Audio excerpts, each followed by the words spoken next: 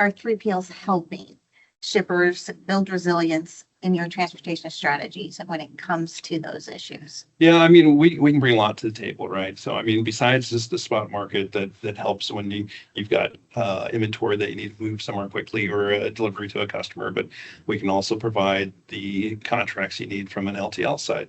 I mean, as a shipper, historically, if you had rates contracted directly with an LTL carrier, it was difficult because if you were not guaranteed any kind of volume, you get a lot of pushback from an LTL carrier based on the pricing they provided. So from a 3PL standpoint, or as far as our brokerage is concerned, we can flex our volumes that we use over multiple customers, right, to keep their rates in check. So we also bring technology. I mean, technology is a large cost for customers.